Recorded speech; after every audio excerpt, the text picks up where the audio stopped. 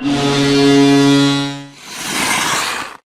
back for another episode of Rinks and Realities powered by the LI Sports Network. Travis Quigley here with my co-host Paul Trantini in his satellite location today. And we want to thank you all for joining us once again, as our guest this week features our first guest not from Long Island, where Paul and I, of course, reside, and not even from the States. He's from over the border, comes from the capital, Ottawa. Michael Cullen, formerly of Columbia University, netminder. Michael, thank you so much for coming on, man. I mean, honor watching you play for the Lions over the last few seasons, and I know you're still finishing up your degree, but thank you so much for taking the time and chatting with me and Paul here tonight. Yeah, no, this is an awesome opportunity. Thank you guys for having me on the show. Yeah, had to rep Ottawa, Canada. We did you guys a favor last night, pumping the Rangers 7-4. Oh yeah, so, yeah. You didn't do me a favor. Not everyone here is an Islander fan. Oh, I see. Broke some hearts then. Yeah, a couple. Just a couple. Yeah. Paul and his rags have really fallen down the well this season. It's been tough for him. It's brutal. It's brutal. I'm so sad. I'm so sad for you. I feel so bad for you. Oh yeah, thank you so much, John Gabriel Pajot. I hate him. I hate him. I don't know if there's a player in the NHL I hate more than the guy who scored 4 goals when he was on the Senators against the Rangers, who's now an Islander. Is awful. Maybe if the Rangers had that team bonding like Columbia does, I think that's crucial right now. Yeah. Shout out. At least there's a real hockey team in Manhattan. Yeah. There's one. Yeah. You're Columbia Lions. Right. Well, before we get to Columbia, Cully, we're going to go back to the start. We always do this with our guests. Is we like to learn when you first fell in love with the game. What was it like when you first put your skates on, and who kind of was that early influence in your life into falling in love with hockey? Yeah.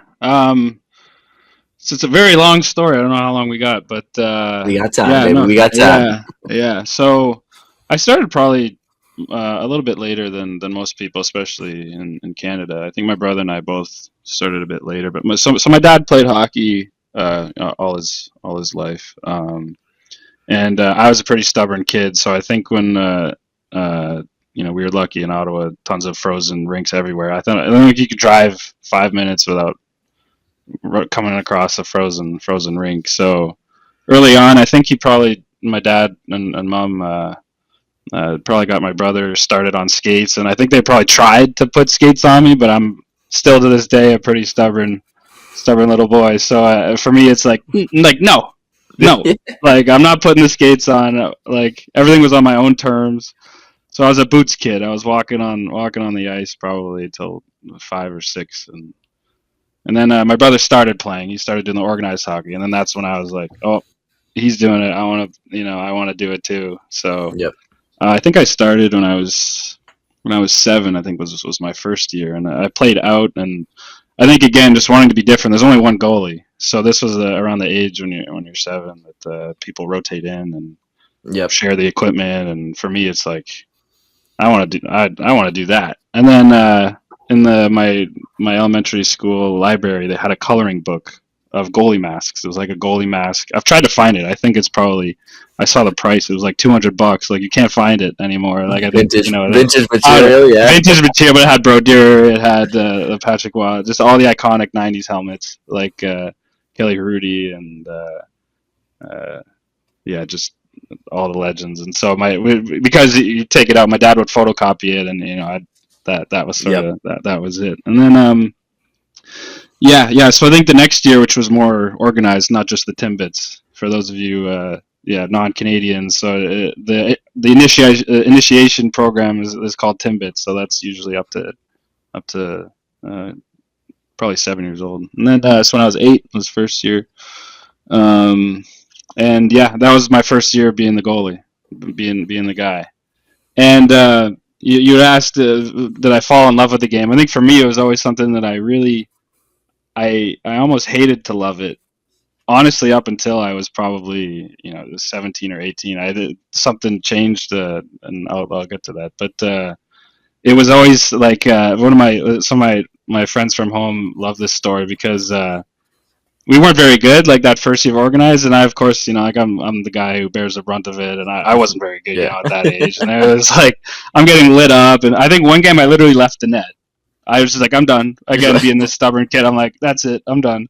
So we had another friend. His name's Romain Wild, and I think he played some collegiate. He's a good friend from those days, and he was like, okay, like our coach, just a dad, was like, okay, just go in, just with your player stick and gloves, and he actually did really well. Like he like with no goalie gear, did better than I was doing with goalie gear, and then the next game he played goalie with my stuff. Did very well, and then that was it. I was like, no, I can't watch this. I want to be the guy. So I got over my my grumpy phase and stepped back in the net, and then I think why I just say the love part of it was I think I just always put so much like pressure on I think only as I more matured and everything did it become something I don't think as a kid for me it was I really I think I was too much of a realist, to be honest, to be someone that was like, I'm gonna be in the NHL, and maybe that hurt me. Maybe if I'd been a kid that was like, that's it, that's what I want in life. Like, I'm going to the NHL, nothing's gonna stop me. Then maybe you'd be interviewing me from. Maybe I'd be at UBS right now practicing with the boys. But yeah, no, but I it was always just something. It wasn't even a question. It was like hockey was my thing. Like it was something that my friends and that was just a part of growing up in Ottawa and in Canada. Like yeah, it was. It's what it you was did. a blast. It was a blast. It was what you did. Like, there was no ifs, ands, or buts about it. It wasn't like, do you want to play this year? Do you want to? It was like, nope. Like, do you want to go skiing this week? Nope. I got hockey. Nope. I got this. Nope. Like, it's just hockey was the thing for me. So now I just want to jump in real quick. You said that you were pretty much a realist and you never really had like the NHL kind of on your radar, but do you know that moment where like it kind of like, cause you go from leaving your own net to like decently high level play. Like, when did that kind of click for you as a player? Yeah. So, I think,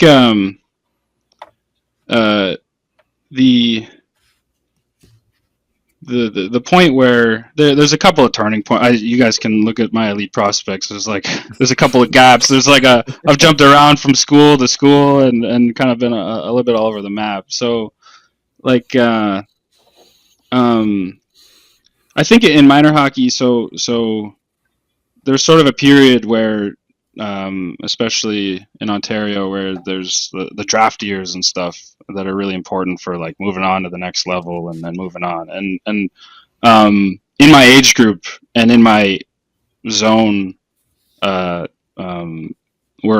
ahead of me two really good goalies, Joel Howard and Brent Moran, both of whom were drafted second, third round to the OHL. And so the way it worked in Ottawa was you had to try out and like for your geographic location, and then if you get cut from the AAA team, you play AA.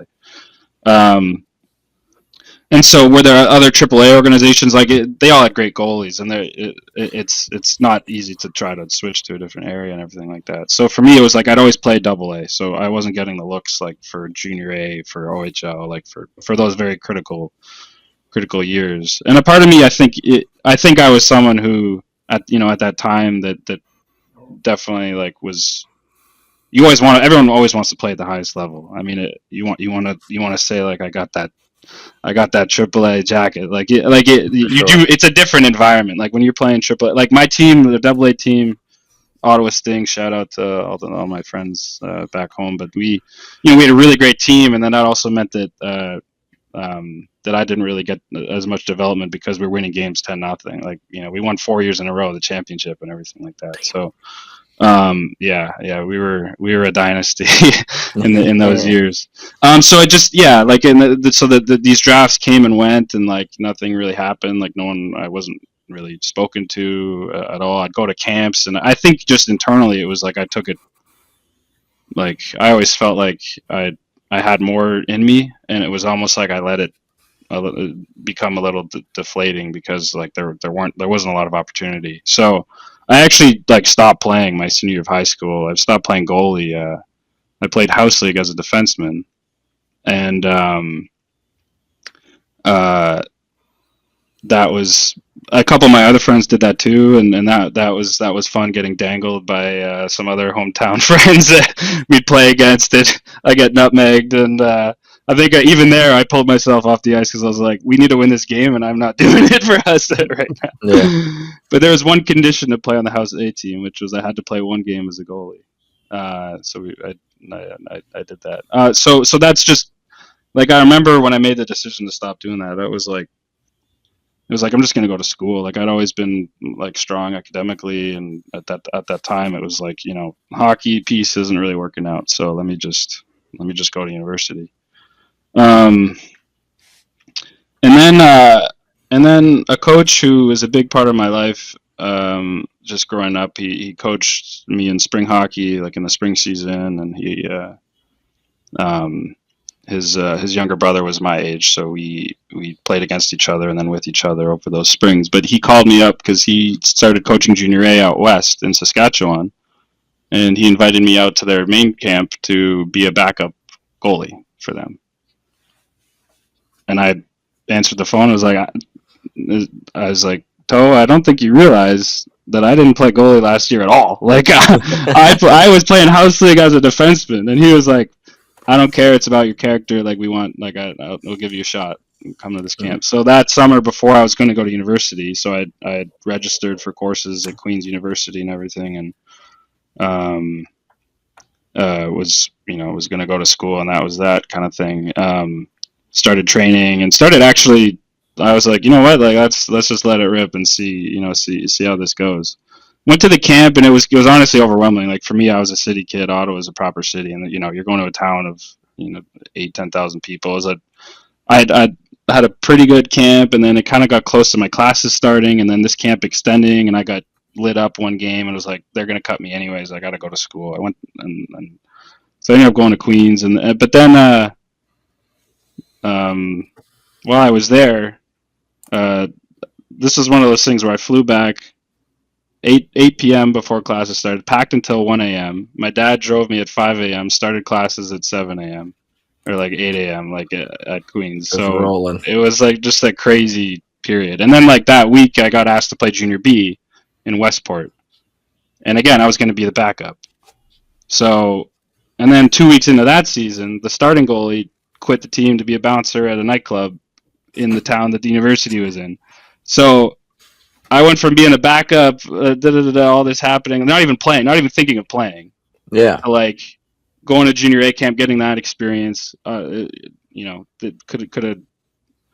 should have, would have about that camp, but at least like, okay, like there's some opportunity here to start a new career. Like I have an opportunity to play, and like credit to, so with Westport, Bundy Seed as a coach, Mike Bundy, and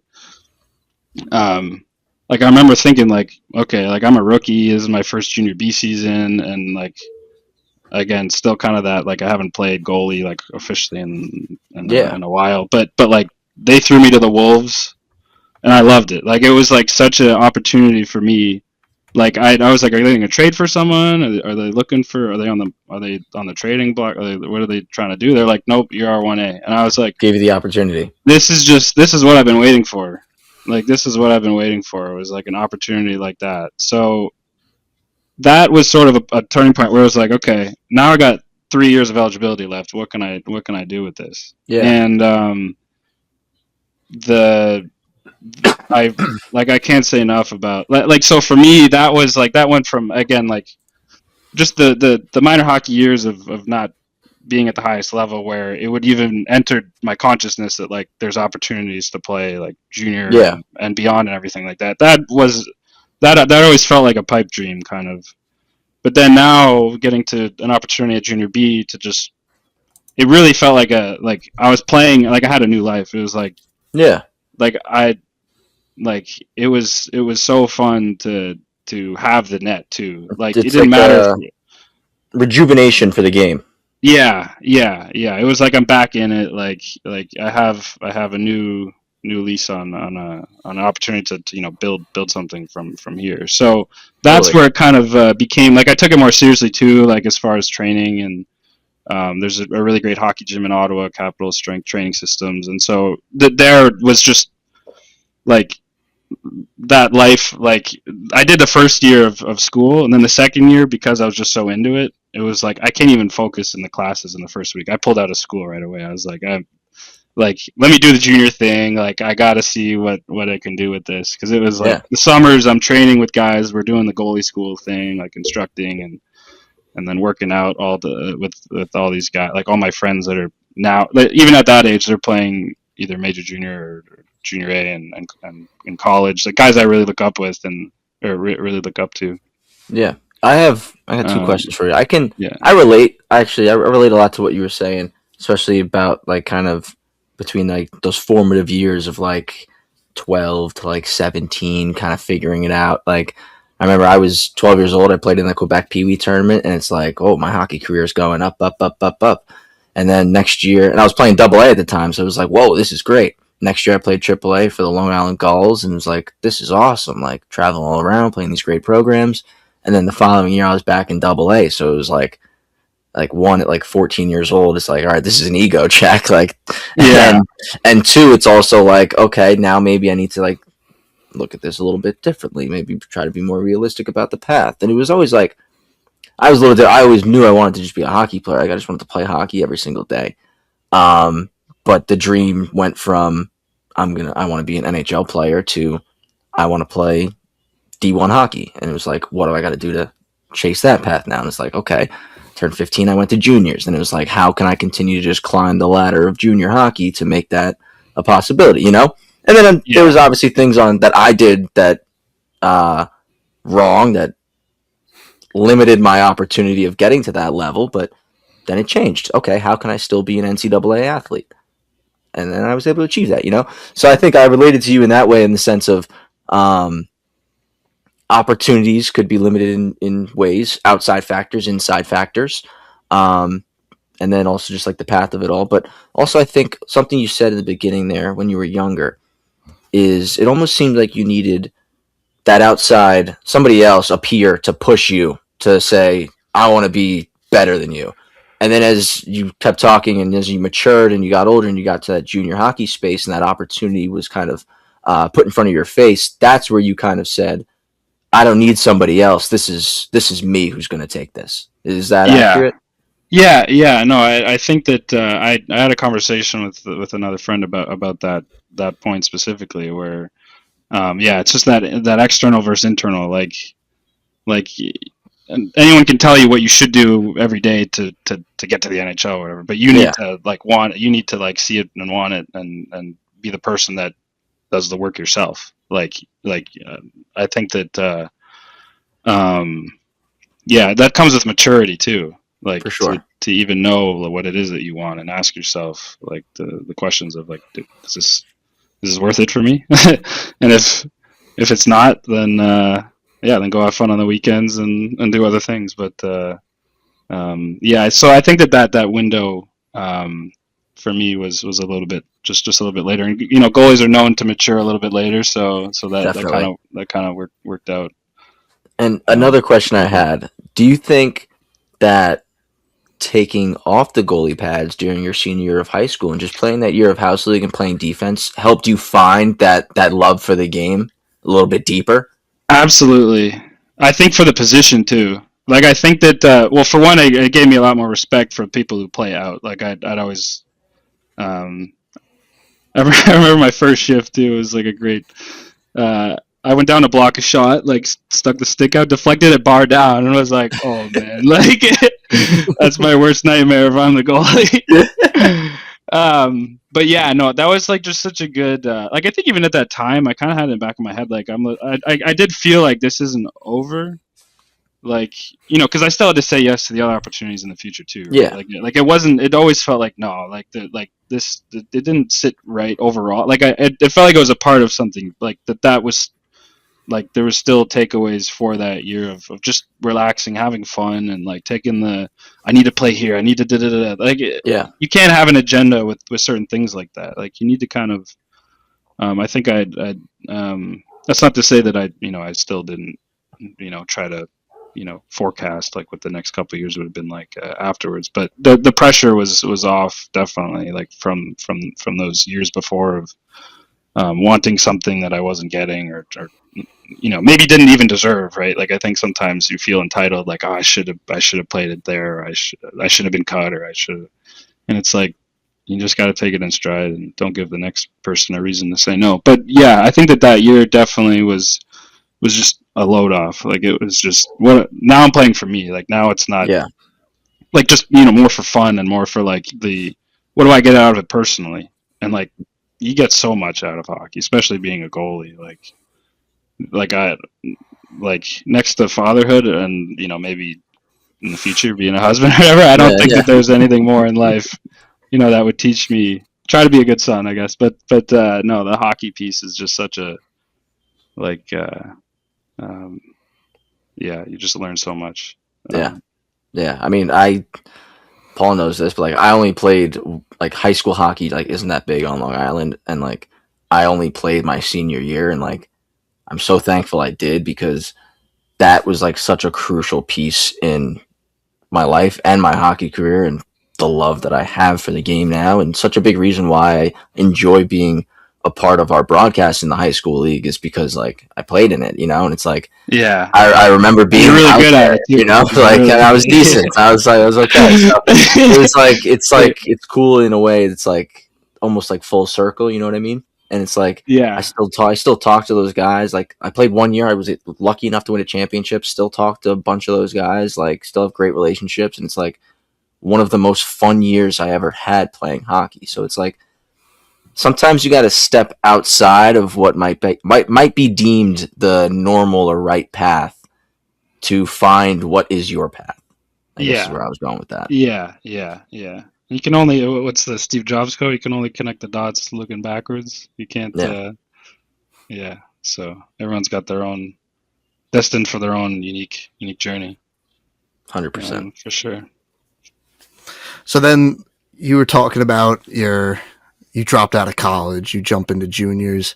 How did that experience or part of your life end up? Because we know that you end up going to college again and playing. So how did that wrap up for you in juniors? How is the CCHL? I've heard a lot of things about the CC. I would love to hear some firsthand experience.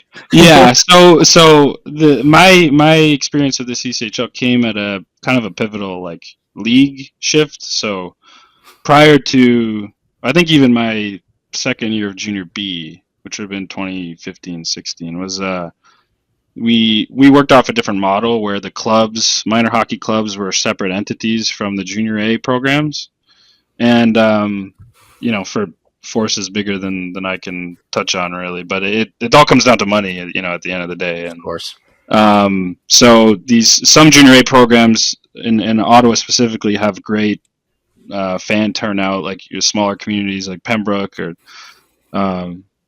Smiths Falls. They have a really nice rink, and maybe even Cornwall they get maybe a few thousand fans, and that's sustainable. In the city of Ottawa, where you have the Senators, the 67s, I guess, I don't know if you guys saw the Reddit poster, or there's a soccer team that was playing a snow game in the winter. So there's soccer to go to in Ottawa as well in the winter time. Catch some snow games. Yeah, so there's a lot going on. There's other stuff going on. So you're getting probably no more than 100 fans and their friends and family of the teams that are located there. So just there's this parity over this disparity over just how much money teams are bringing in. So to kind of localize that, and they started implementing a pay-to-play model. So they morphed, I think mostly the U18 program, which used to be the 2 years of major midget. Yep. And then I think they roped 3 years together. They roped minor midget and 2 years of major midget into this U18 program that was designed to be like a feeder program to the junior A level. and junior B. So both the junior B and the U18s would be like kind of a farm team for the junior A programs there. Yeah. So that way they could pool resources and do all of that.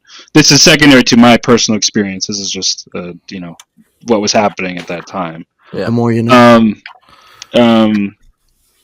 Yeah. So my first year of junior B was separate. It was the EOJHL. The second year it turned into the CCHL2, which was the feeder program into. So like our team belonged to the Smiths Falls Bears, of the CCHL, and so that second year, one of their goalies, Evan DeBrouwer, who I think he played at Arizona State, but he got called up for Team Canada. So they needed a backup goalie while their backup started games. So I backed up with them. And then it just became to a point where, like, I remember I had been driving, like, so I pulled out of school at the time, like, because I pulled out because I was doing this filling in for the junior A team, and it was just unsustainable, right? Like, I have classes at from 10 to 4, and like I'm driving to practice at 11 a.m. for 1 o'clock, 2 o'clock ice time, and then 2.5, 3 hours at the rink. Like, I can't do school while I'm doing it. Not second year university, like engineering. No science. Yeah. So I pulled out that fall, and that was an easy decision. Like, I think, for me, it was never like I'm putting college on pause. Like I'm privileged enough just with the academic experiences I've had, and a lot of great teachers, and my parents' great influence. Like, it was always like I'm just delaying school. I'm not doing it. Like, it was just something where it was like, this is I gotta do this. I gotta see where hockey's gonna take.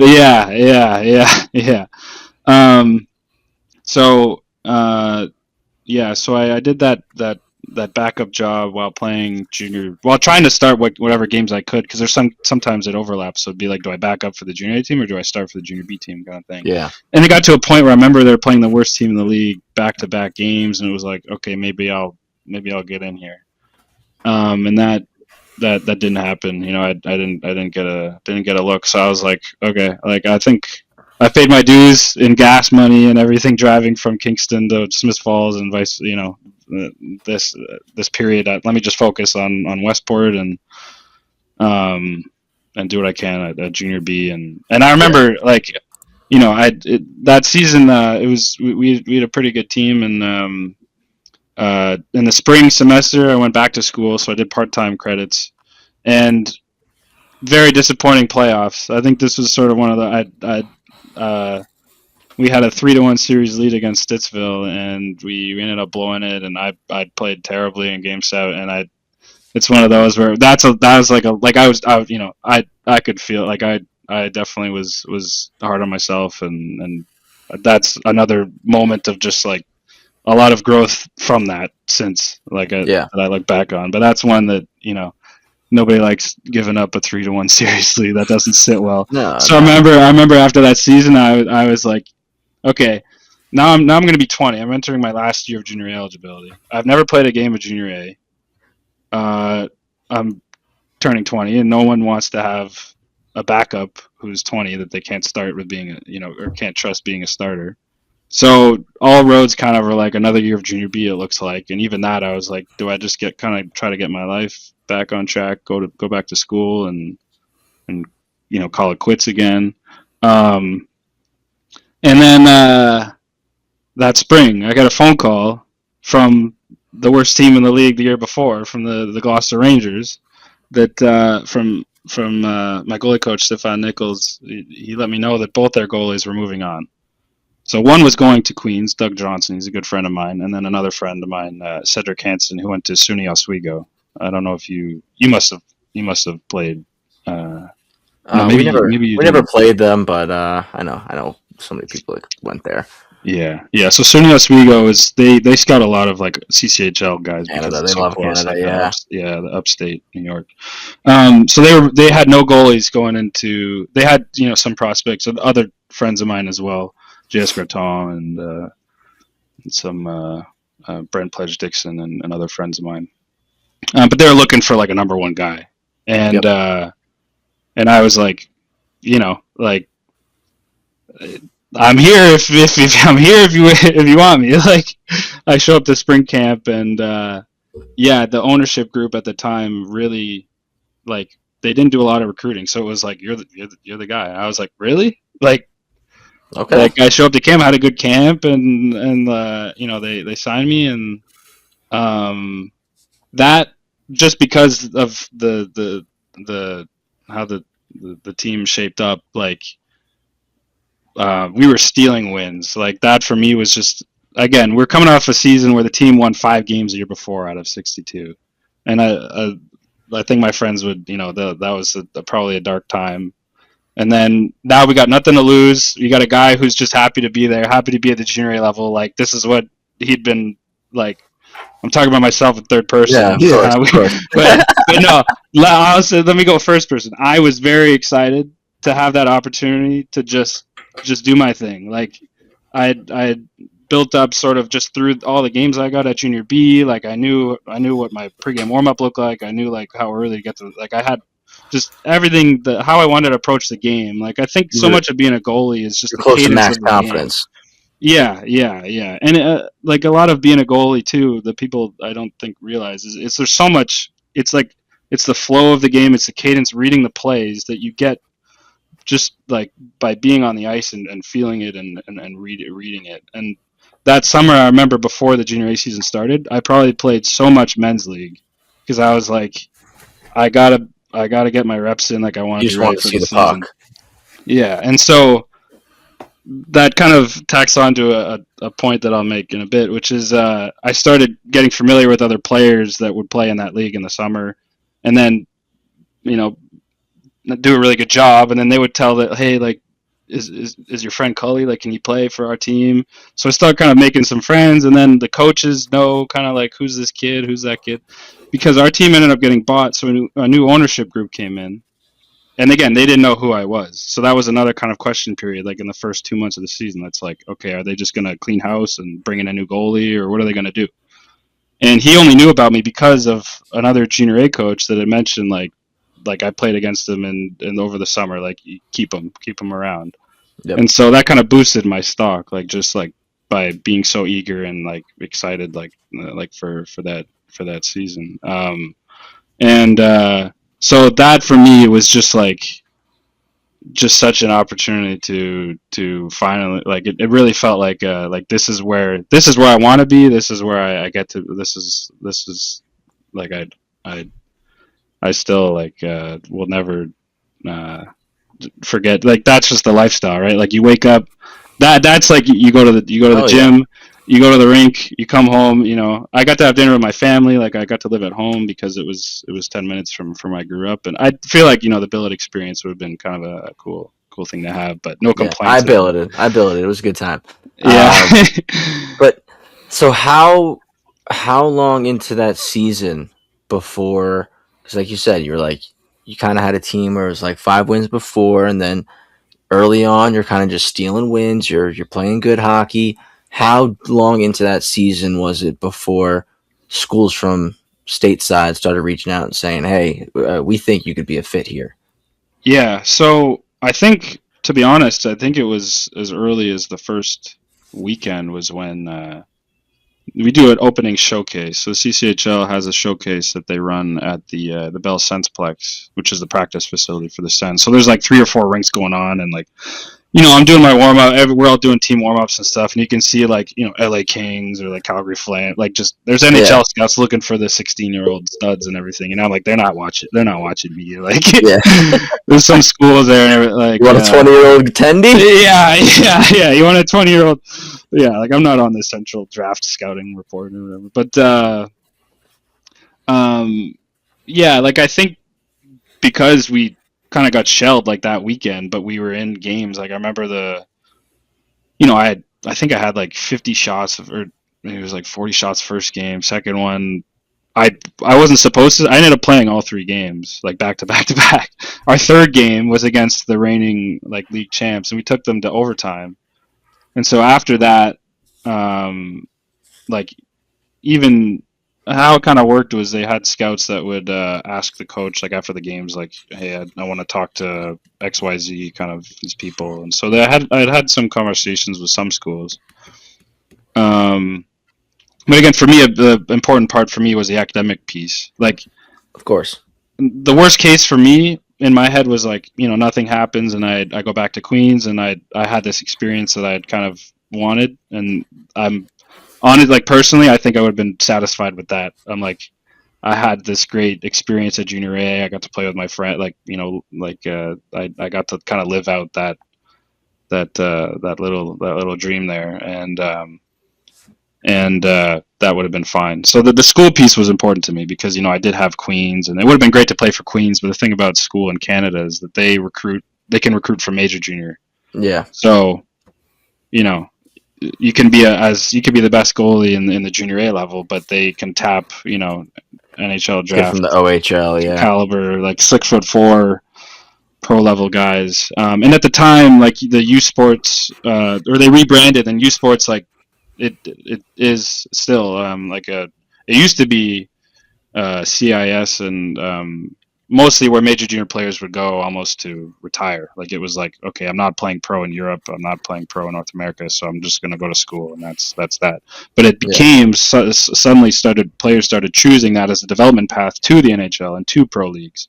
So good players were choosing to go to university hockey, and still are. But again, with these NCAA rules, I'm not sure how that'll all. I think Canadian universities are hurting for play because guys are NIL and everything's pretty attractive for Canadian guys. So like I think like I got an email from Amherst, just the one of those like hey, fill out our interest form, and I didn't know anything about Amherst, like especially in Canada. There's no concept really, like maybe there is, but I wasn't familiar with like small liberal arts colleges. Like if you want the best education in general, like I think you kind of end up, unless it's very program specific, but usually go to the biggest cities like McGill, University of Toronto are really good, UBC is good, like Queens is good, Western's good, like there's great schools in Canada. Ottawa's good, really good law programs and political science, and also good visit.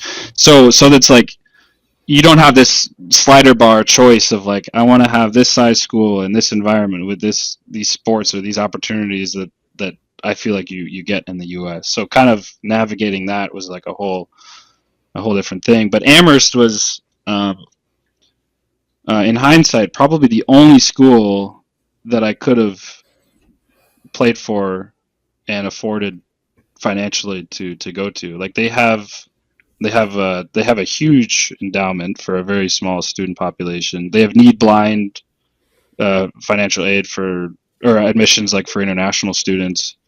They have financial aid for international students the same way you would if you're a domestic student.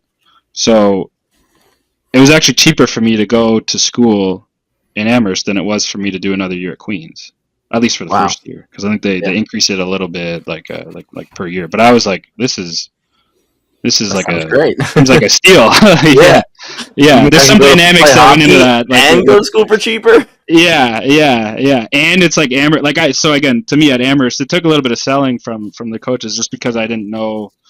And then you learn it's like, wait, NESCAC hockey, like NESCAC hockey, like a little Ivy, and like little Ivy, like, exactly. Like okay, and then I remember going to the admissions weekend, like students that were accepted, but like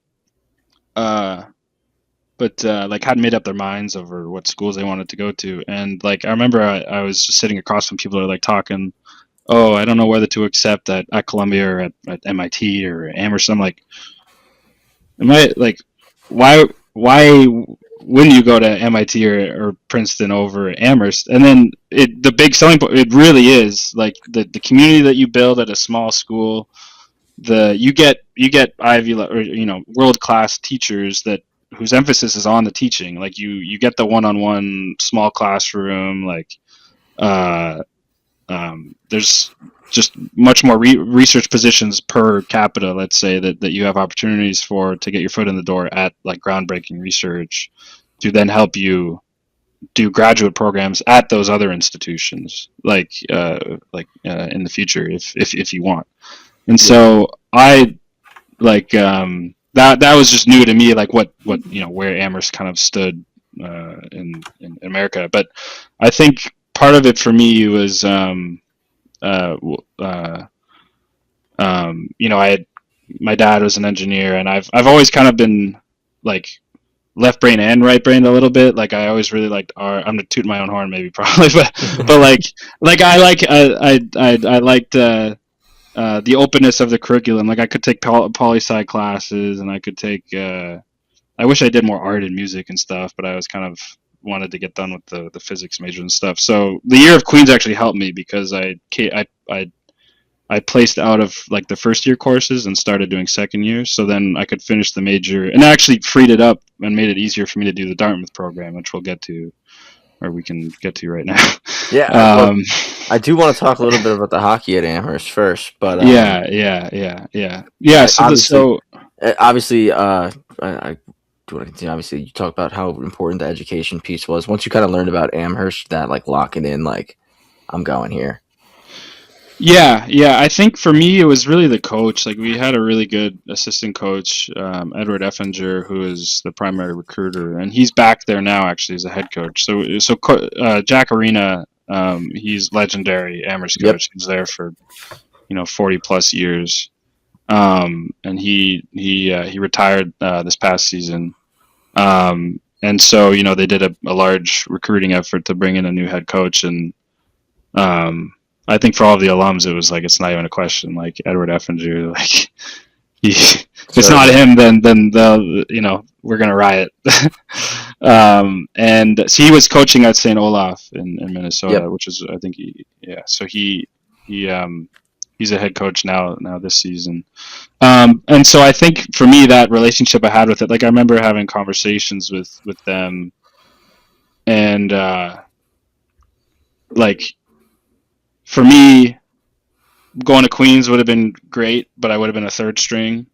At the time, there were some D1 programs that were looking for goalies right away, so it would have been like leave mid-season and go to these schools. Yeah. But I only had 2 years of eligibility for Division I because I was a full-time student. My clock started and doesn't stop the same way that Division III it starts and stops when you're actually enrolled. For me, the moment you're full-time, the clock starts, and I had done my first year of school, or like first year junior B, second year junior B, third year was junior A. Now I only have 2 out of the 5 years to do a Division I career. So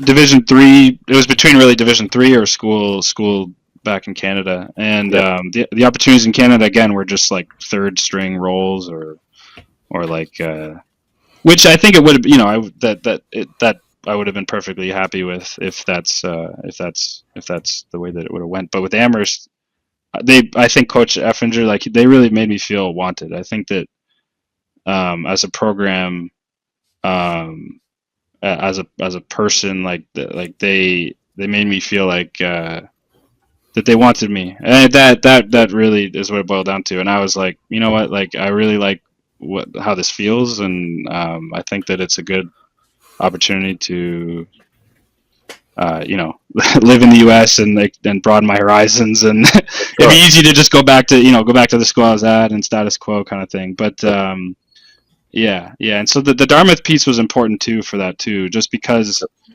I was gonna ask, because like you played your 2 years at Amherst, and like first year got a couple games, not as many, but second year you primarily had the net, and you put up some pretty good numbers. And like, I mean, like again, I'd love to go back and see some film and watch some of those Amherst games and see your performances. But I got the film.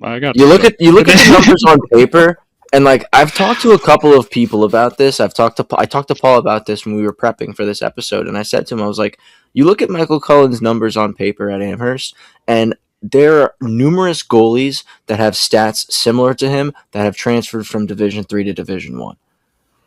So that's where I'm glad you kind of touched it on already, where you ran out of eligibility to play at the NCAA D1 level, but it was like this guy could have went to Dartmouth and played NCAA D1, and he ends up playing ACHA, which obviously we all know no problem with playing club hockey, but it was like This guy ripped it up at D3, and truly, man, like I look at it on paper, and it's like he could have gone and played Division I hockey, no problem. Well, I'm playing Division I hockey. That's right. Let's go. Champion right here. Shout out Canuck. We won this on Tuesday night. Shootout. There you go. Let's go. I got film for that too. We'll send you send you that game film. That's awesome.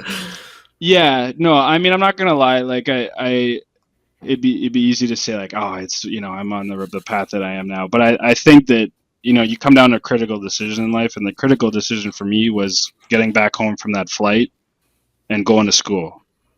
Because I could have played junior B and not gone to school at all or done part time right away. But for me, it was like it was always just both paths. Like it was like I want to set myself up for either. Yeah, I got my toes dipped in each, and but I mean, yeah, no, like I remember, like even I think one of the goalies I really looked up to the year before me, Francis Marotte, like we played.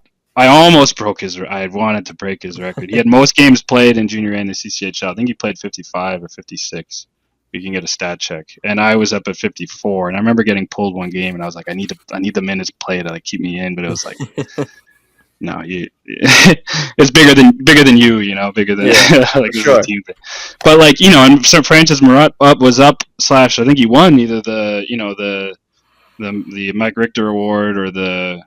What's the goalie of the year award in Division I? Richter, Mike Richter. Yeah, the Richter Award, or he got MVP. Like he played really great hockey at I think Clarkson was the year and then played pro and for the Sound Tigers or Bridgeport. And so, like, you know, you kind of look at the numbers the same way you're doing. Like, I've played that game as well, and of course, it's fun to play that game. I mean, it is fun because you're like, oh, you know that guy in the NHL? I actually you can pinpoint it. Like, I think, like, yeah, there's a few people like that, and you know, it's a fun game to play in your head. But I think that like for me, that was a hard decision. Like, that wasn't an easy one because I love hockey, and that's what I went there to do. Like, I went there to play hockey. I remember the coaches telling me to stop saying that because I was saying it too casually. I was like, I'm just here to play hockey. You know, meanwhile, I'm majoring in physics and math. And, like, I'm not in any classes with my friends. Like, all the team, they're, you know, like, but I really, like, the hockey piece is why I was there, because I could do schooling and not have to do the Dartmouth program and go to a school for engineering in Canada. But for me, I think the big part of it was with the Dartmouth program was like, and I had asked the coach like to practice and whatever, but for them there was just the insurance stuff and everything like that. So I kind of just focused on. I used the club experience to really try to come back and prepare for my senior year back at Amherst. Because you're right, like it wasn't something where I was like sitting on the bench and like, you know, hey guys, I'm gone for the year. It was like. Amherst as well, they don't do admissions, like they can't admit someone a week before classes start the same way that other state schools can kind of admit on the fly a little bit more. Like they have a strict deadline, and I found out I got into the Dartmouth program after our playoffs had ended. So it kind of caught me off guard because I was like, you know, we just had a great run at the NESCAC championships. We lost in overtime to Trinity, but like that run was just so great. And myself and the other goalie, Giancarlo, we had such a great relationship, and like it was just probably the most fun. I've had a lot of there's a few fun years of hockey. That was like the highest level of like there's nothing better than when you guys are just flowing. Like I have like off the ice we were having a great time, on the ice we were winning games, and like it was like we're running it back next year. Like we're running it back. Sure.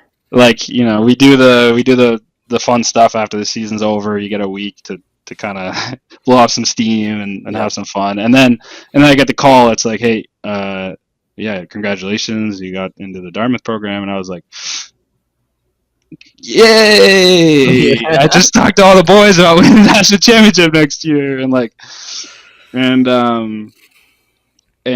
like, you know, I had to ask for more time to make that decision because it was like, I was like, I want to play pro. Like I want to play hockey. Like but also, it's obviously Dartmouth's a great program, and that's a great opportunity to also, go back to Canada with something that just accredited engineering degree. Like Amherst only offers liberal arts degrees, so you have a Bachelor of Arts, but there's sort of like the BE program at Dartmouth was accredited, and it was something that, like, going back to Canada would save me, years of doing more schooling and more training in that field. So it was sort of one of those things where it's like, life, like your hockey window, life window kind of thing. And so I made that decision, and obviously the team, it was kind of like overall very supportive, but also like, we're missing a key piece, like just Juice. But for me it was like, Giancarlo Juice, we call him. He's like, your net, like, have a go at it. And so that that definitely was not easy. Like that was probably like a super hard decision to make, for sure. But making lemonade out of lemons was like, okay, they have a club program there, like that's I'm gonna come back better because of it, like my senior year.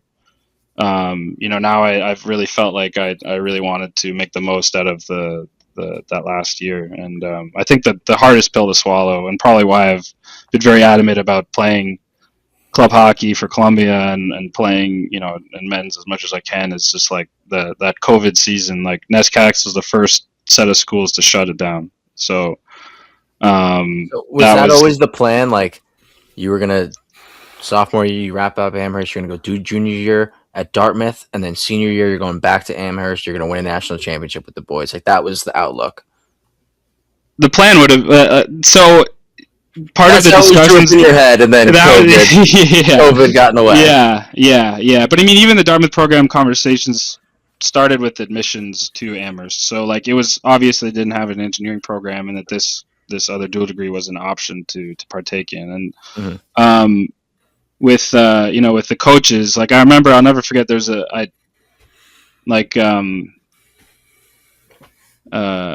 They told me after I decided to go to the Dartmouth thing, I was like, I felt terrible. I had a meeting with them, and I was like, I'm so torn on this. And they're like, Cully, we told you when we were recruiting you, we'd rather have you for 2 for 3 years than none.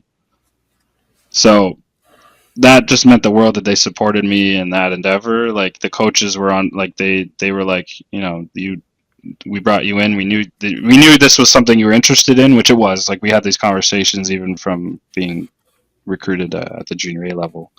And so for me, Coach Effinger, Coach Arena, like, just how Amherst functions as a school, it's like you're free to chart your own path. Like, I know I have friends at other even UMass, where it's like, you can't major in this, you can't major in that, you can't take these classes, because it's like the athletic demand on you is just so high. Like, you build your schedule around hockey. Here you can build your whole schedule around, like, you, like, what is it that you, and I did value that a lot.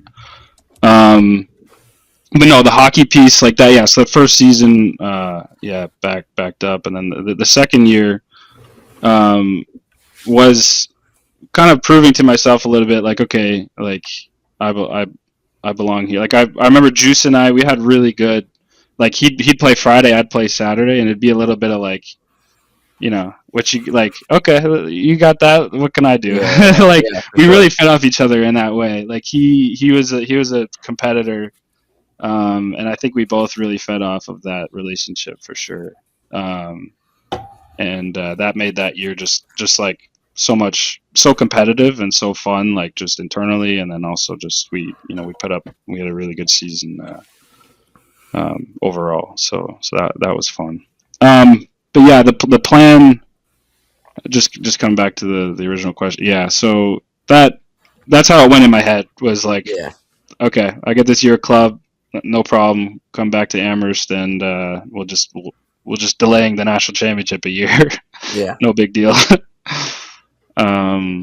yeah, and then with the whole COVID situation, yeah, for me it was even more complicated as an international student because there's some American students that could take time off, and that's fine. You take a year off or you take a semester off, and you can play hockey the next year. And we were trying to work around all the rules with this and that and everything. But for me, um, I'm on an F1 visa. You need so much continuity in your studies to be able to use like what's called OPT, which is it's almost like a work authorization for summer and for your job after your studies and stuff.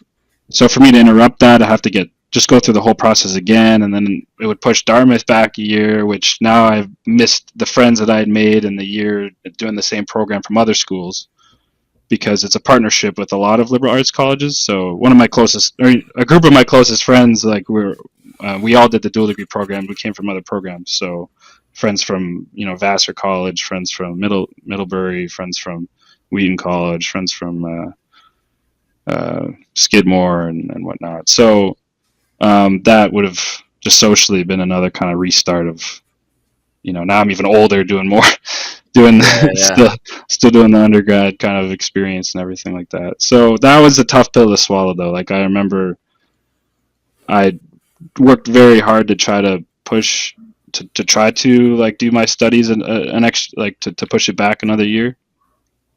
But also, I was also seeing a really great person at the time, and I think at that time it was like hard on them to see that I was even considering this, because then we would miss each other as well in our last year at Amherst, and it was just kind of a whole nightmare. And I think for me it made life a lot less complicated by staying that on that route, for sure.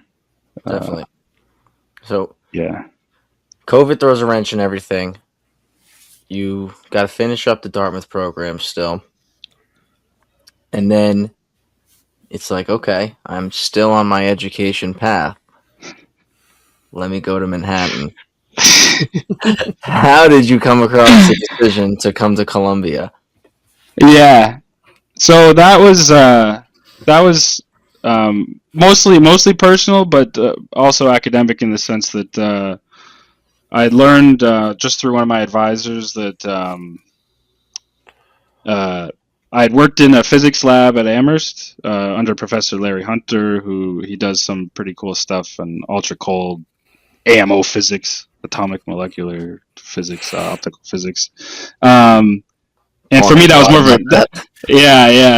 that was more of a convenience thing for me, because I didn't need to use the OPT stuff. That was on-campus employment, so I just filled it out. Perfect. So I got the on-campus research position in a really cool lab, pun intended, and that was like such a cool learning experience, like to get, as I kind of alluded to earlier, like get like world-class research at a small school, where it's like, it may feel like you're doing one small thing, but it's like, like your stuff is important, like at that place. So I actually ended up working in that lab, and after our season was canceled, I decided to do a thesis in that field. So I worked with him and did I literally had nothing. They took the ice out. They literally took the ice out in that fall after the season was canceled. I can't skate. I couldn't do. Well, no, sorry. They took it out in the spring. So we did have it in the fall.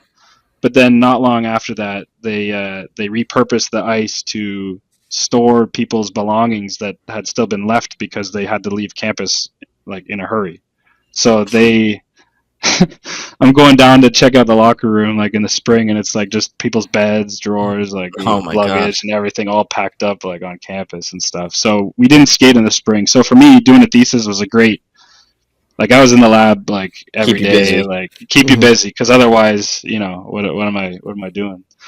So where I was going with that, though, was just so that was just that experience working in an optics physics lab. I found that the courses at Dartmouth that I gravitated towards are more on the electronics side of things. So Dartmouth is also obviously a liberal arts school, and the way they approach engineering was less of you pick your head up from the notebook, and like it's like, okay, what's the scope of this project? Like, it's very systems level thinking. So how can you draw analogies between thermal, fluid, mechanical, electrical systems, and kind of like think about them in the same way. So I think I gravitated more towards the electrical stuff. And so one of my advisors while I was there was like, you don't want to do the physics stuff. You don't want to stick with doing the natural sciences. And I was like, it was very cool. It was very cool research, but the kind of problems that you're looking at are very still theoretical, abstract, and like 10, 20, 30, 40, 50 years down the road of even being capable of making measurements and like answering questions about the universe in those ways. So something more applied like kind of stood out to me. And he brought up, okay, what about photonics, which is electronics and optics like put together. It's an applied field. It's gaining in momentum. And then I look up, okay, like New York, like again as focused on New York. Dartmouth was an option as well to stick around, play another year of club with them, and do a master's program with another professor there. But then there's this photonics center with a consortium between 3 world-class professors. Karen Bergman, who's my advisor, Professor Michal Lipson, and Professor Alex Gaeta. They're all outstanding. So when I saw that, I was like, photonics. It's like, I like optics. I like electronics. New York. I got championships to win at Chelsea Piers. Like, let's. And with Columbia, at that time I didn't know about the Columbia Club program. But shout out, Brandon Avazov and Weston Goodman and all the great people of Columbia. But so I applied, and even for them, like even in that program, like I originally didn't get in for the PhD program. So I got in for the master's degree, and then it was sort of something where I was like, I can't. Now it was like I cannot afford that expense. Taking out like $250,000 loans for a 2-year degree. So I did the math, and I wrote to my now advisor at the time. Just in that spring, I was like, how about a tryout? I was like, I'm happy I can fund the first semester. I'd love to work with your group. And she got back to me like probably 10 minutes later and set up an interview. And then I talked with a few of her students. It worked out. She transitioned me into the PhD program, and that helped me a lot financially. And I'm still super grateful to her for bringing me into her program. And I mean, it's a hard field, it's a challenging field, but I find that the patience that you need being a goalie, and I think you're gonna like, how does your athletic and academic stuff feed off and into each other? I'm like, every day, like I'm trying to get some signs in the lab where it's like, you slap the wall. It's like, what does Notre Dame do? It's like, play like a champion today or something. Like yeah. So there's I think my lab mates get a kick out of it too, because like even we won the championship. A couple of our first years finished their qualifying exams. We don't know how well or what the results are yet, but I know that they're all pretty brilliant, so I'm sure that they passed. But it was like, okay, social on Friday, we're gonna go to a local bar. I said, we got to celebrate you guys, and then also my my men's league title. And they're getting a kick out of it. So it's been awesome. Fun. So obviously 3 years now at I'm sorry, your 4th year at Columbia, correct? Yeah, fourth year at Columbia. You're able to play 3 years of hockey there.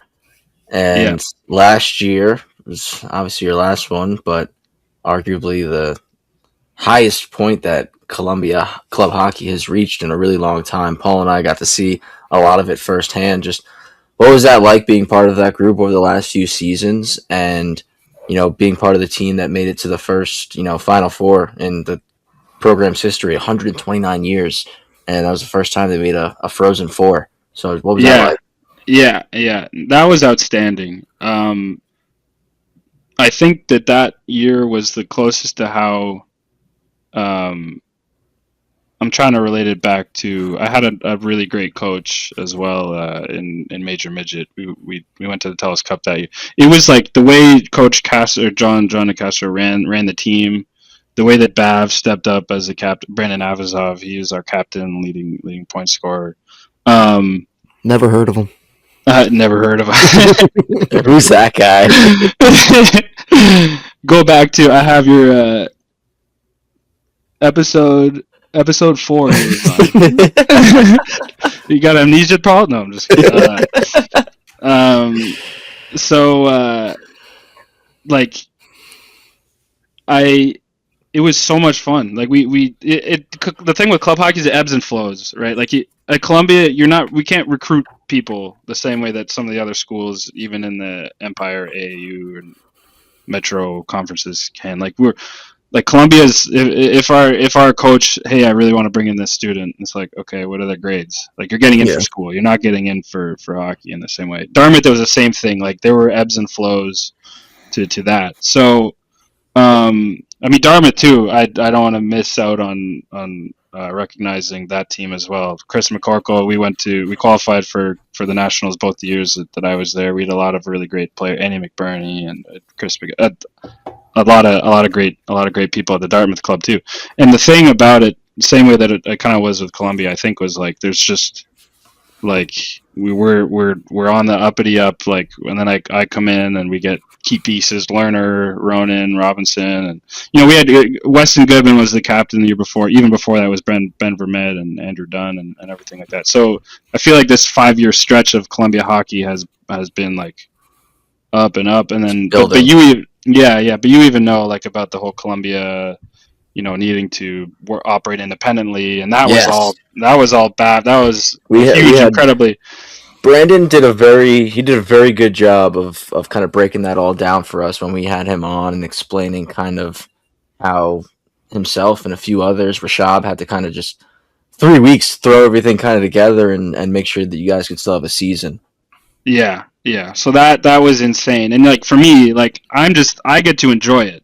Like I'm not doing this work. Like I'm in the lab. Like I'm sort of like, am I playing tonight or am I that kind of thing. And the amount of work that they did to keep it going, like I think that they should be very proud. Like that year, just having like I think the way that John operated as a coach too, generally just made it feel like as we got to playoffs, he was printing out. I got the binder. I don't know if I should grab it, but like we had a whole binder of like these are our strategies. This is what we're looking to do. Like this is their strengths and weaknesses. Evan, our coach, Evan Chang, like he was staying up, burning the midnight oil, like doing video, and I was like, this is legit, like junior hockey. Like this is like what we were doing with junior A, like in college. Like oh yeah, like it really felt, and that made me like I was like, no, I'm in this. Like I'm all in. Like it the way that got the juices flowing again, huh? Got the juices again. Yeah, it kind of did. I think that the way that felt, it also became a bit of a meme for me because it was like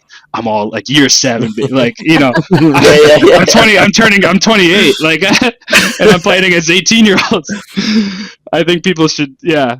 Maybe I should not have mentioned that, but like, but for me, it was like, like I am all in. Like as funny as it is, it's like no, like this is what I love to do. Like this is my break from lab and from everything else. Like this is. I will say, you guys absolutely had the oldest goaltending tandem in the nation last year between you and Tvetter. Yeah. Tvetter was awesome too. Yeah, he's someone I just want to talk about Tvetter because he's such a good friend. He's such a great person. But you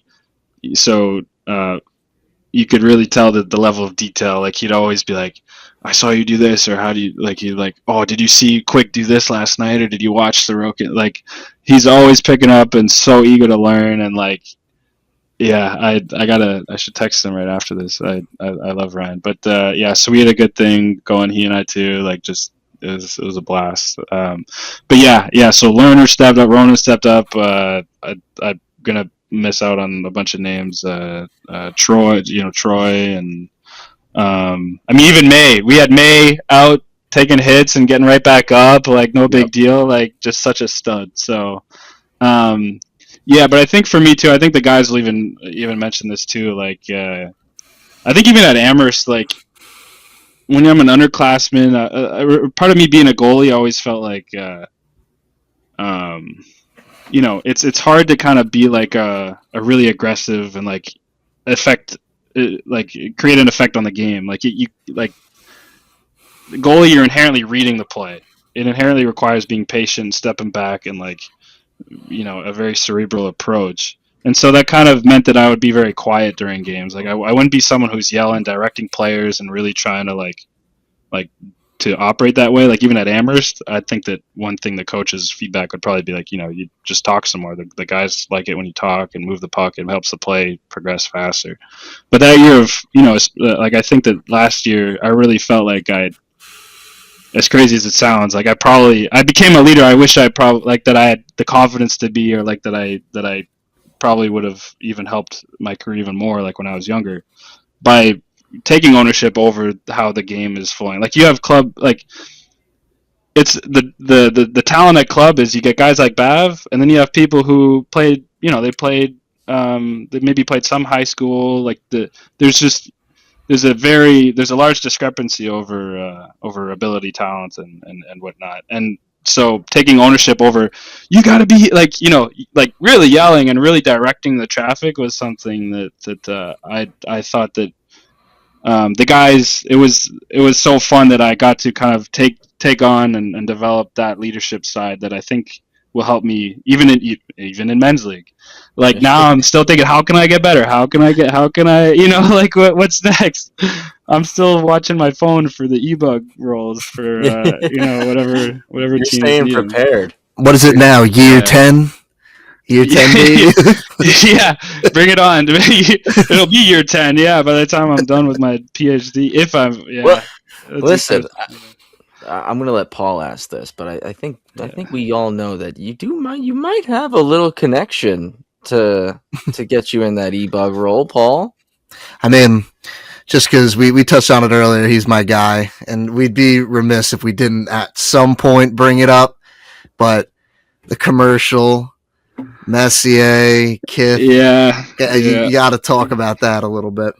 Yeah, that was Trav had me in the intermission one game. We talked about that a little bit, but that was, I still get people like not going up to me on the street signing autographs or anything, but just friends like I went back home for Christmas, and it's like, for me it's like, that was a year ago, and I'm like kind of like that my 15 minutes is up or whatever. Like, oh, like tell me about the commercial. I was like, oh yeah, you're right. Like, yeah, commercial. Oh, this is how it happened. Yeah. Like they're asking me, people that I haven't spoken to like in person about it. So like when I went home, there's just like a lot of a lot of interest just around how that went. Yeah. So that was just again a friend of mine. So there was a connection there as well, like just through one of my teammates at Amherst, Mark Esposito. Really good friend. He's his wedding's coming up in June, so we're super excited for him on that. But he also is a member of the Canuck and that. So he's Mark Messier's so Mark Messier's his uncle, and so Kith does a lot of partnerships. They do a lot of I had no idea what Kith was when it was presented to me, but they do a lot of collaborations with different brands, TV shows, or anything pop culture wise that do some specials for. And so the time came when they were doing one for the Rangers, and who better to be the face of that collaboration than Mark Messier, the city of New York. So they brought him on board, and they had planned the shoot. But again, these producers and all the staff, they're traveling, doing shoots all around the world. Like they're going to Portugal to do shoots for Wilson, or like Brazil to do shoots with soccer players and everything like that. So they're thinking big things. They're not thinking about the little things. Yeah. So I think when they have Rangers on the schedule, and it's like, okay, we got a handle on this. They do the casting call. They have their local people, like, doing interviews. And I'm sure they probably, okay, great, we got our people. And then as it gets closer, oh, like, can you skate? Like maybe, like, I'm projecting what I think happened, just for the door to even open up. I don't know how it actually happened. But then I'm sure as I get closer, okay, you can skate. Like, okay, have you ever wearing goalie equipment? Like, can you play goalie? Like, no, like why? Like, and then they probably just got so close to it because again, they're working on a lot of things at the same time. It's like, okay, we need a goalie like now. Yeah. So they send the blast out, and my friend works in production with the Game 7. So Game 7 did something with that episode with Mess, like on Amazon and whatnot. So he he got the text blast probably and was like, I know a guy, and so he sent me a text and said, hey, are you like around Sunday? There's this thing, like it's gonna take all day, like I like it sounds like it would be a long day for you. I'm like, a commercial, like of course, dude, like sign me up. So I said yeah, and then they had me do a couple of. They sent a storyboard, and then literally in my apartment in this next room over, I put my helmet and glove blocker on and was like running through a bunch of lines like I had written on my phone and stuff, and then the next day they said that they liked it, they said they liked the Canadian accent. It added a little bit to it. I was like, I didn't think I had that much of a Canadian accent, but no, it was funny, the little Letterkenny influence maybe, but.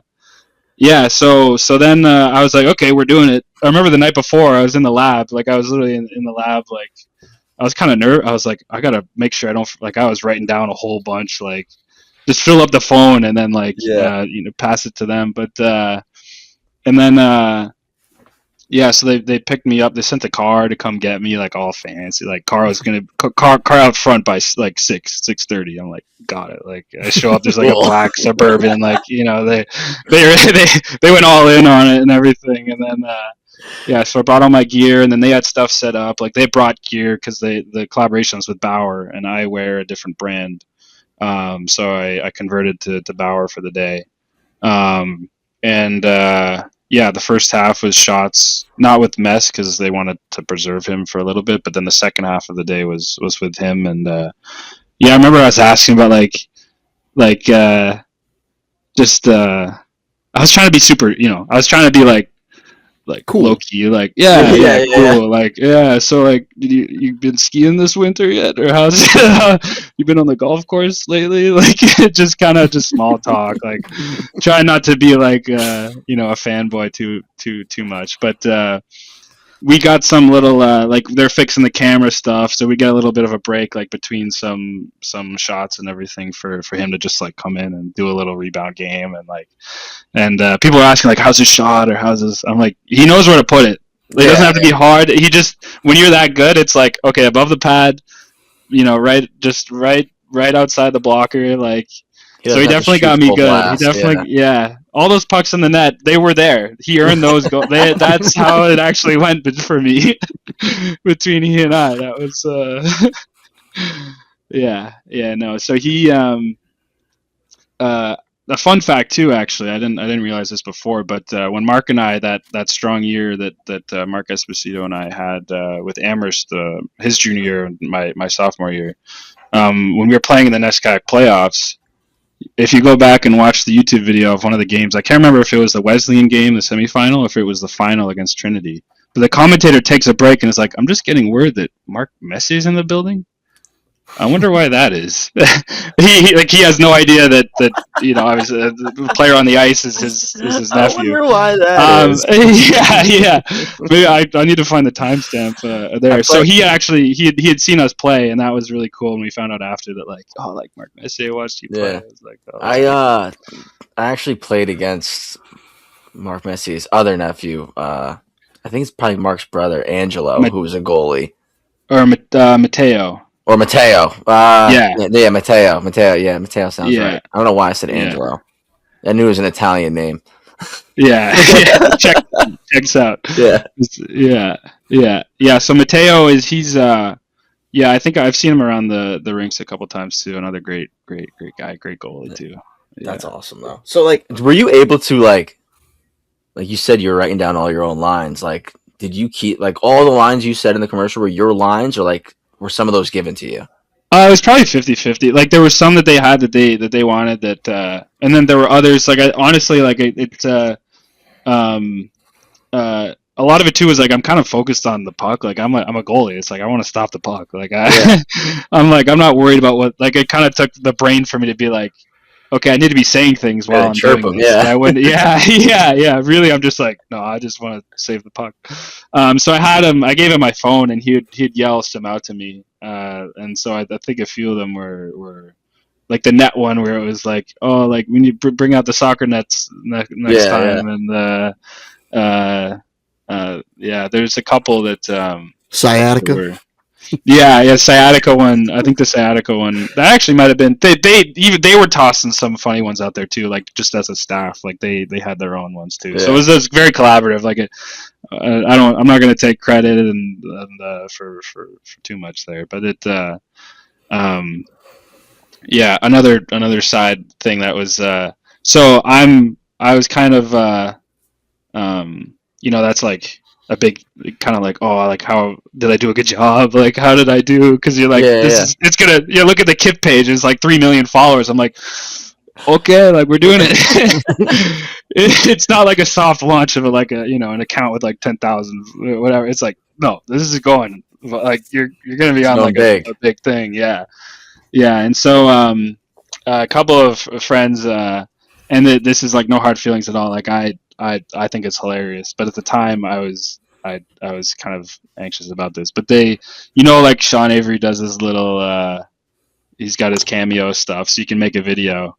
So they asked for Cameo from Avery, like for that video, and like for them, like, super funny. He was ripping on the video. He was like ripping on me. Like, he's like, who wrote the lines? Like, you don't even know, like, enunciate your word. Like, what's that Canadian accent? Like, just ripping on like all the notes that I was like, oh, like, so I text the guys after. I'm like, it's like I can't find a big enough shovel to dig a hole for me to like hide in, and it was all in jest. Like, it was all just like, but I at that moment was just like, oh, and I found, I sleep it off the next day. I'm like, this is actually hilarious. Like, this is so funny.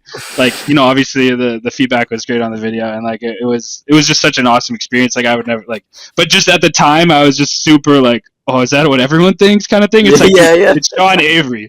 Like, why are you taking him personally at all? Period at all? Like, he's just a clown, and there's a bunch of stuff you could say about him. So the guys got a kick out of that, and that just added to the whole like experience for me of like, the fact that Sean Avery saw it and was like going out of his, paid to go out of his way in this case, but like, that was really fun. And he actually came back to it because when we went to nationals, Brandon got the Cameo from Sean to fire the boys up, and he came back to like, your goalie. I'm hearing this is the goalie guy, the guy that did the kid commercial. He's like, let's hope that your play on in the game is better than your commercial, everything like that. So it was like a full circle, like coming back to it with Avery, which is really cool. Yeah, that is awesome. Yeah. So that's one thing that I need to like I need to remember it, because that's like that's an easy fun fact right there. But like, I think more people have reminded me of it outside of, I'm not like, it's like you did it. Yeah. I'll make a couple of jokes if I go to Rangers games. I'll make a joke, be like you guys been on the Jumbotron? Like, you can try with the QR code, but like in between the periods and everything.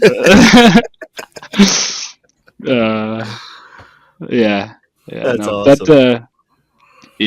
Super thankful though for Mark, my friend, and do need to be honest, there was a connection. That's not like I didn't just audition out of anything like that. That they needed someone last minute, and I was around, so it worked out. Sometimes that's how life works out, right? It's like, you're in the right place at the right time, and I mean, you get a pretty cool experience, and something you'll be able to share forever. Like, I don't think many people will ever be able to say they filmed a commercial. Mark, So that's definitely one to hang your cap up on, man.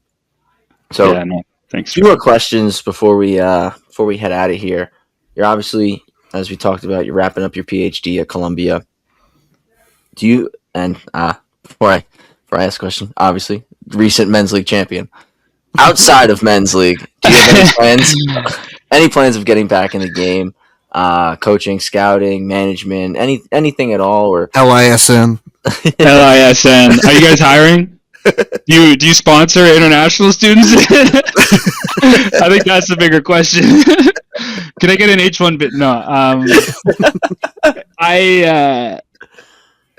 Yeah, I love hockey. It'll always be a part of my life for sure. I've thought about coaching. I've thought about everything from the top down. I had a coach too, one of the guys who was on the coaching staff that year of junior A, who said, when I made the decision to go D3, it was sort of like, okay, this is the academic side. He's like, there's a lot more ways to get your name on the cup than playing. You can ownership. You need half $500 million, but you want to go right to the top of the planet. So, yeah, let's hope that this PhD works out and I can start actually making money and not I can actually have a proper bed frame and not this twin right here. But yeah, I mean, for me, I still got more to give playing wise. Like I said, like with the COVID stuff, like I feel like I'm. It's not even like I can't get over that. It's like no, it's just I know what it feels like when it's taken away from you, and I think how I like men's league for me, like I'm not gonna lie, like that trophy like we earned, and the Canuck shout out to the Canuck and everyone on that team. Like we battled 2 shootout wins. First game was a grind, second one another grind, so we won the 2 out of 3 series there, and like that's just so fun. Like I feel like for me, I'm still focused on the artistry and how much longer my body can go. The hips are definitely not what they were. The ankles, and I'm giving out too much for my opponents. If they watch this, they're going to be looking. They're like, okay, we got to stretch him out and get his hips working. But side to side. Yeah, side to side. But yeah, I mean, it's kind of crazy, but like I still feel like I have so much more in the tank to play. Like I'm looking at guys like Bobrovsky who are like 30, 36, 37, like Quick, he moves like. He's still doing the splits at 40. Like I look at these guys, and it's like for me in my head, I think that's the thing with hockey players is it's like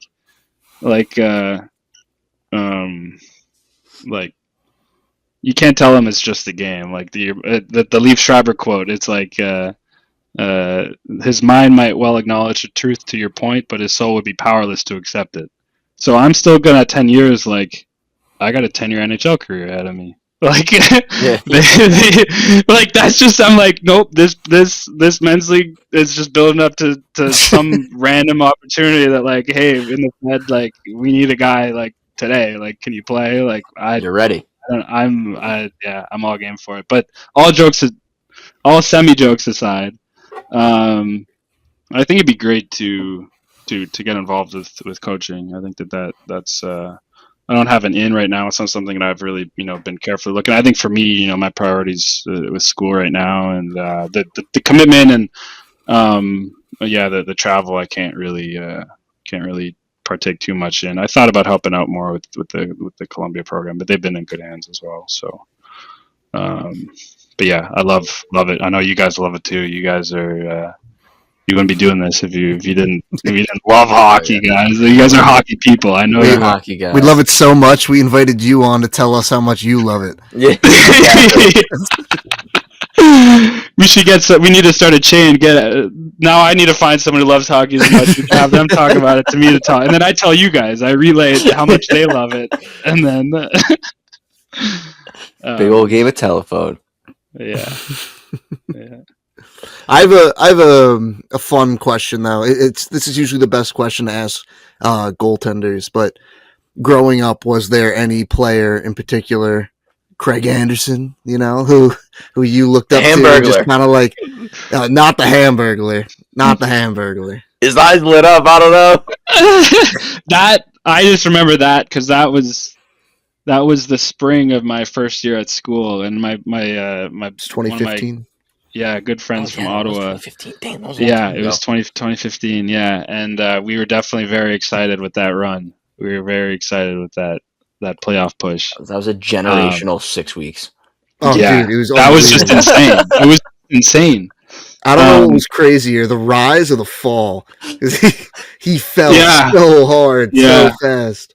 Yeah. I think he retired maybe last two years ago or last. Yeah, he was bouncing around. I remember like Yeah. a couple of years back, I saw him make an appearance in a game. I was like, oh my god! Like, I didn't think that he was still out there, but Yeah. With Colorado. I think he was with Colorado. Yeah. First ever Ranger game I went to was the President's Trophy unveiling in 2015, and the Hamburglers shut them out 3-0. It was Wow. you were at a lot of Rangers games where they get shut out. You know, it's You're bad kind of juju. a theme. It's kind of and you go to Islanders games where the Islanders win big. Let's go. Yeah, I was sitting last week. I was sitting 4 rows off the ice behind Jacob Markstrom. Where, oh my god, that was, to say the least. I got a buddy who's a Devils friend, and he's been telling us for a while, like, Markstrom's not in it. Markstrom's not it. The buddy I went to the game with was like, he's like, Mike always says that like Markstrom's not bad. Like, he's a good goalie. I don't get it. He's a good goalie.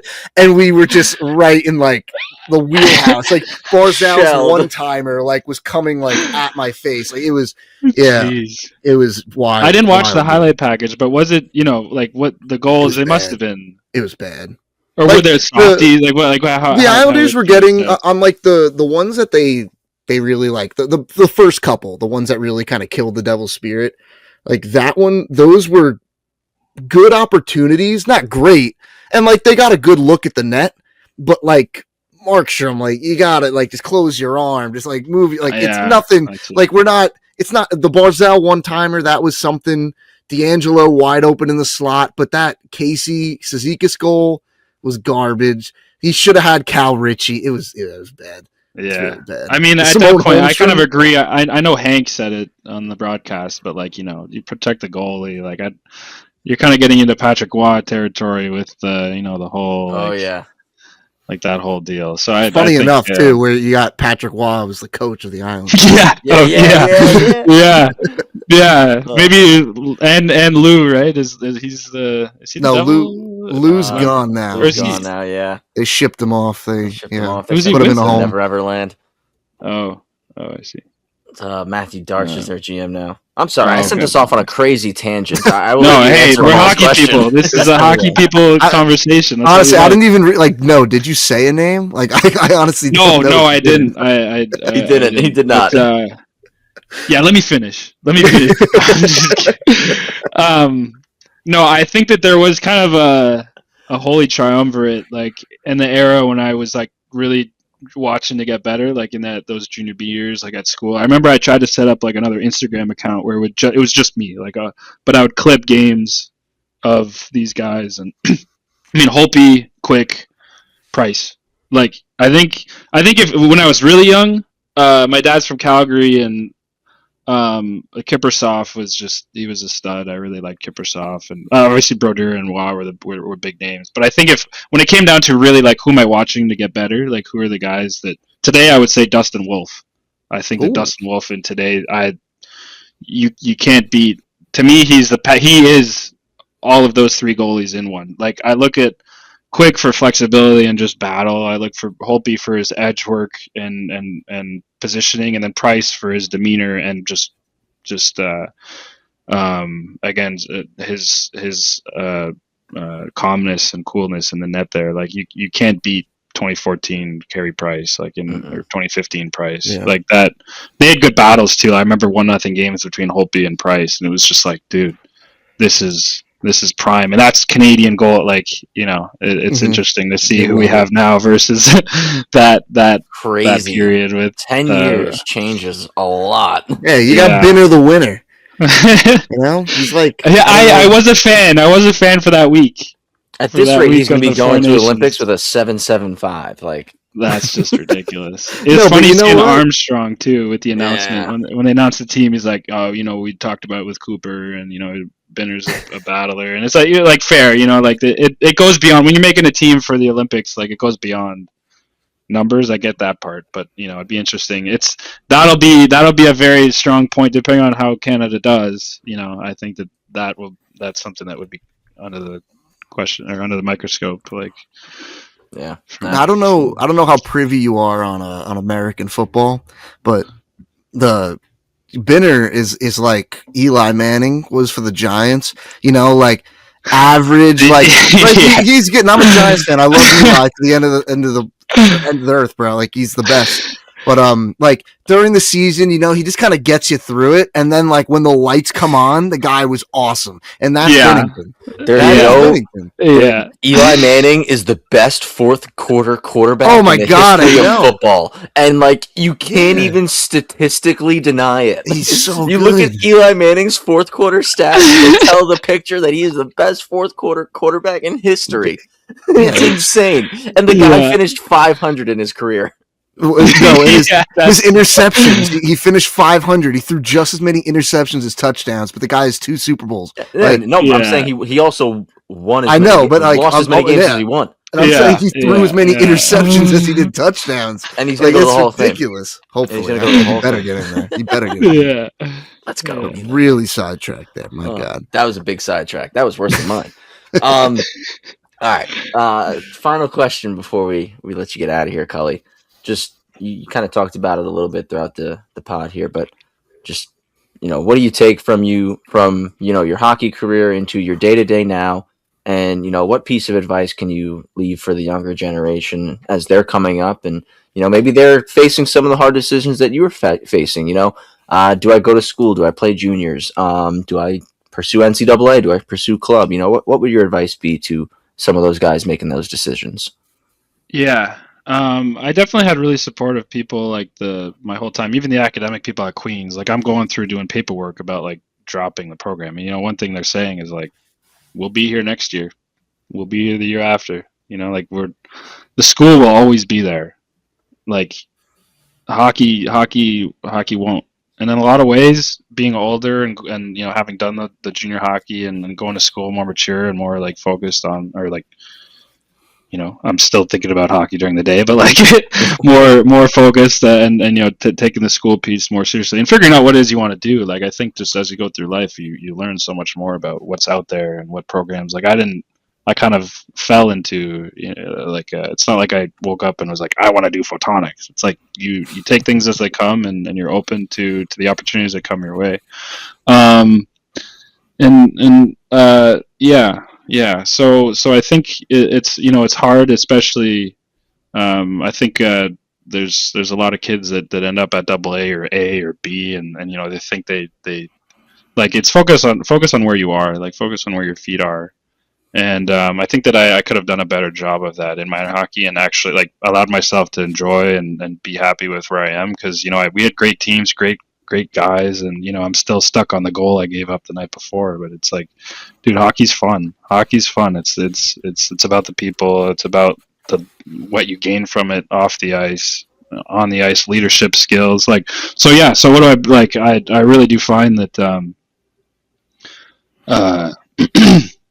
just when it comes to being a goalie, like how I carry myself, right? Like they say a lot of the things, like when you give up a goal, what's the first thing you look for? Like as a scout, it's like, how does the goalie look when things aren't going his way? So in life, it's like, things aren't going your way. How do you pick your head up? How do you present yourself? Like I'm slouching here. Let me stand up. Like I'm the man. I was always, my brother, he's got friends who are goalies that are always like, I'm the best goalie. I was like, I'm not like, but there's a thing to that. Like you need to have some swagger, like figure out what that feels like for you. Like what makes you feel like a confident person. It goes really far in hockey and in life to figure out, how you can bring your best self forward. And that's a process. Like for me, like I said, like last year in my 7th year of club hockey was where I felt like I could actually talk on the ice. Like I'm still learning things every year, and so that's, you just got to respect that process and be patient and everything. So, yeah, there's a lot more I could say about the. Nah, man, I think that's a great piece of advice, and I'd say that all the time. It's like, you don't have to. You don't have to know everything. You don't have to be the most confident person. But if you walk into a room with your shoulders back and your chest up and your head held high, you're going to command respect, and people are going to, appreciate your opinion a lot more. And you're going to be able to create more conversations, more opportunities, more networking opportunities. You're going to meet a lot more people than if you walk in, slouch, shoulders down, looking wayward all over the place. It's all about how you present yourself. Yeah, for sure. Yeah. Mr. Trentini? I mean, all I really have left to say is, you started this by saying you're a very stubborn person. You do what you want on your schedule. And I think where your position right now is evident of that determination and that characteristic about you. And I wish you the best of luck in your photonics. I think you got a bright future ahead of you as long as you keep this I do what I want type of attitude. I might be coming for either Wally or Gabe's job behind the scenes there. You guys are looking for. Yeah, we'll talk about the visas after the game. We'll see what we can get going. I'm sure Gabe probably knows a guy, so. No, I really appreciate that, though. This is an absolute pleasure. I'm looking at the clock, and it's an hour 45 in, and it feels like it's been 5 minutes. So, absolute pleasure talking with you, Travis, and Paul, and look forward to watching more of these videos and keeping up with you guys off the ice too. So yeah, thank you guys so much for the opportunity. No, Cully, thank you, man. It's blast getting to hear your story. The beginning days back in Ottawa to making the trip here in the States to where you are now, and like Paul said, I'm gonna echo that. Like whatever path you take, there's definitely gonna be success. You're a determined guy, bright guy. Obviously, you got to have a big brain to study what you're studying and to be able to get a PhD in it as well. So. Absolutely a lot of respect to you. Kudos to you for putting in the work academically, and also, a lot of respect and kudos to you for being able to understand at the age that you did that there can be two paths at the same time of both hockey and education, and understanding that both were important to you and you were going to do what you could to make sure that you achieved what you wanted to achieve down both paths. So absolutely a lot of respect and a lot of kudos to you for doing that, man. And just again, thank you so much for your time here tonight. Yeah, thank you guys. No, that really means a lot. This is special, so thank you. So, everyone at home, if you want to see more of Michael Cullen, make sure you follow him on social media because he can teach you a lot. He also takes some pretty good photos. I've seen his work photography-wise. He does a good job. So, he knows what he's doing. Also, please follow the Columbia hockey team on Instagram. Keep up with them. They're looking to make a run to the AAU National Championships again this season. I know that their second semester starts up next week, and we, of course, have the coverage of that on LISN. Maybe we can get Cully on for some color commentary for a game. That'd be fun. We'll talk. I'll be there. I'll be there on the weekends. Yeah. We'll talk. We'll get you on for some color. But sounds good. Of course, you can catch every episode of Rinks and Realities on YouTube and Spotify. Make sure you follow LI Sports Network on Instagram, Twitter, X, TikTok, Facebook, whatever it is you got, whatever it is you're on. We got it all. Follow us there. Don't miss a second of the coverage. College hockey, high school hockey, everything here on Long Island. Again, big thanks to Michael Cullen, my co-host Paul Trentini, Gabe Takuri, and Wally Mitchell behind the scenes. I'm Travis Quigley. Thank you again for listening to Rinks and Realities, powered by the LI Sports Network.